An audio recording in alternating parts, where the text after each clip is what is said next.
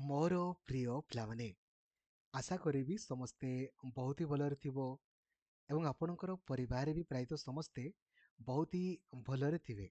Finally ଦେଖନ୍ତୁ ଆପଣଙ୍କର OSSC ତରଫରୁ ଯେଉଁ ଏଲଟିଆର ଭ୍ୟାକେନ୍ସି ଆପଣଙ୍କର ଆସିଛି, ସର୍ବମୋଟ 94,000 ଆପଣଙ୍କର ପିଲା ପରୀକ୍ଷା ଆପଣଙ୍କର ଦେବେ ଏବଂ 5797 ଏତିକି ପିଲାଙ୍କୁ ଆପଣଙ୍କ ରିଜେକ୍ଟ କରିଦିଆଯାଇଛି।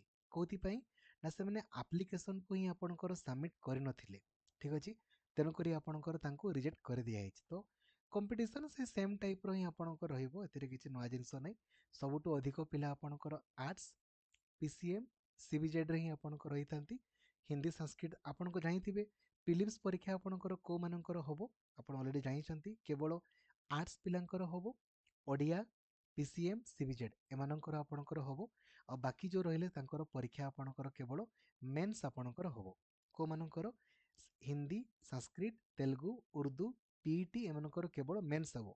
ମେନ୍ସ ଏକ୍ଜାମ୍ କେବେ ଆପଣଙ୍କର ହେବ? ପ୍ରିଲିମ୍ସ ପରୀକ୍ଷା ଆପଣଙ୍କର ସରିଲା ପରେ ଯାଇକି ରେଜଲ୍ଟ ଆଉଟ୍ ହେବ ଆଉ ମେନ୍ସ ଏକା ସାଙ୍ଗରେ ସମସ୍ତଙ୍କର ଆପଣଙ୍କର ହେବ।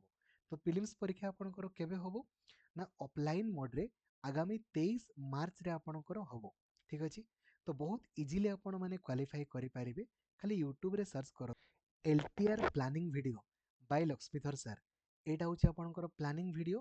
କେମିତି ପଢ଼ିବେ, କ'ଣ ପଢ଼ିବେ, ପରୀକ୍ଷାରେ କ'ଣ ଆପଣଙ୍କର ପଡ଼ିବ, ବହୁତ ସୁନ୍ଦର ଭାବରେ ମୁଁ ଆପଣଙ୍କୁ ବୁଝେଇଛି। ଖାଲି ଥରେ ଖାଲି ଦେଖିଦିଅନ୍ତୁ, ବହୁତ ଇଜିଲି ଆପଣ ପ୍ରିଲିମ୍ସରେ ଆପଣଙ୍କର କ୍ୱାଲିଫାଇ କରିପାରିବେ।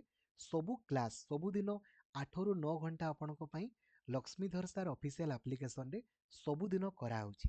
ଠିକ୍ ଅଛି, ତ ଆପଣମାନେ ଏଇ ରିଜେକ୍ଟେଡ୍ ଲିଷ୍ଟରେ ଚେକ୍ କରିଦେଇପାରନ୍ତି ଆପଣଙ୍କର ନାଁ ଯଦି ଅଛି। ପ୍ରାୟତଃ ନଥିବ, ଯିଏ ଆପ୍ଲିକେସନ୍ ସବମିଟ୍ କରିନି ସିଏ ଆପଣଙ୍କ ରିଜେକ୍ଟ ହେଇଛି। ଆଉ 94,000 ଆପଣଙ୍କର ପିଲା ପରୀକ୍ଷା ଆପଣଙ୍କର ଦେବେ। Thank you. ଜୟ ଜଗନ୍ନାଥ। ଧନ୍ୟବାଦ। Thank you.